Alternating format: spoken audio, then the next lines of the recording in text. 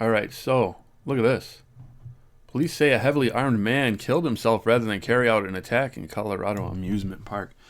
Lots of people carrying out attacks in places where people feel safe. I've talked about this before. If you haven't seen my video on it, I suggest you take a look at it. It's the government wants your guns.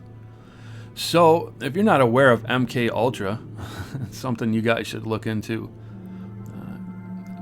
By the way, Stranger Things is kind of riffing on that, especially the first season.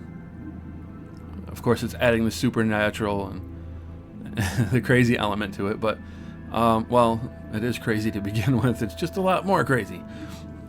So yeah, man. Oh, by the way, look at an album from Queensryche called Operation Mind Control. I think that's what Mind Crime. Operation Mind Crime. I used to be a big fan of that band, and then I did a little bit of digging on the kind of stuff that they talked about, and it's profoundly evil. So while I can't be certain that's what this is, that's what I have a very strong suspicion took place. This is an MK Ultra victim who was programmed to go and kill.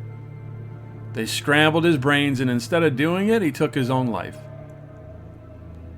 That's the way I see it. You guys can take it any way you want to, but this kind of stuff happens more than people are aware, and it's really strange. Now you look at this this Robert Card guy. First of all, that's a weird name, Robert Card. It just reminds me of some Masonic doublespeak, some hidden crap. But Robert Card, it was interesting how they found him dead, but then no, they didn't. And then they found a suicide note, but no, he's still alive. And they just messed with the public for, I don't know, 2 weeks on this thing.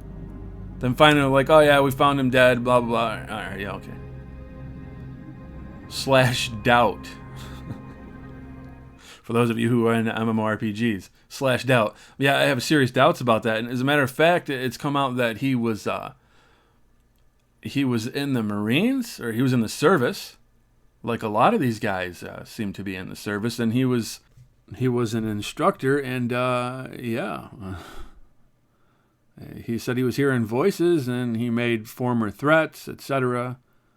So, yeah, people can take that any way they want to, but it seems pretty clear to me. And if you look at JFK, the person who shot him, I don't even know if I can say the name of these people without catching an Elgo ban. But yeah, he was also in the service. It's kind of funny how that works.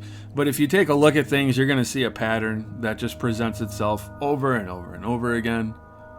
And if you have any kind of pattern recognition, it becomes kind of obvious what's going on. So, again, while I don't think that our weapons are going to save us, Jesus does the saving, and he was very clear that this is not my kingdom.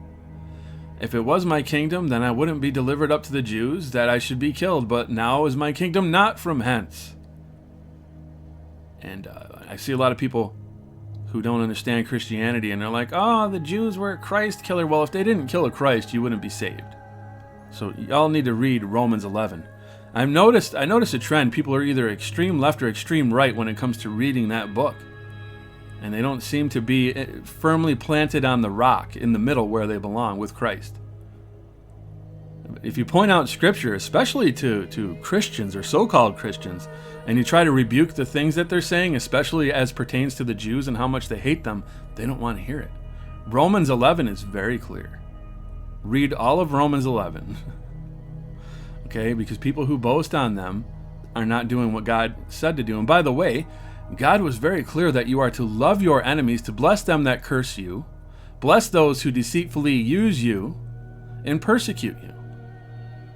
Now, when they were stoning Stephen to death, which, by the way, was the event that caused God to say, all right, we're going out to the Gentile world now, and he sent his apostles out to the Gentiles.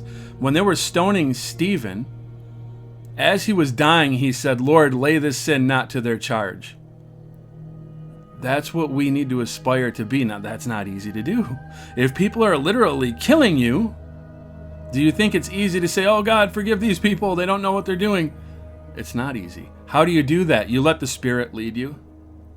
It's not of your own strength. You lean on Christ and not your own understanding. And man, there's a lot of people who want to lean on their own understanding, and when you point out the scripture to them on things, they don't like hearing it. Be careful, folks, that if you're a Christian, you're not that seed that's fallen by the wayside, and when things started to get tough, well, you started to deviate. Be very, very careful about that. God bless, and I look forward to seeing you all in the next video.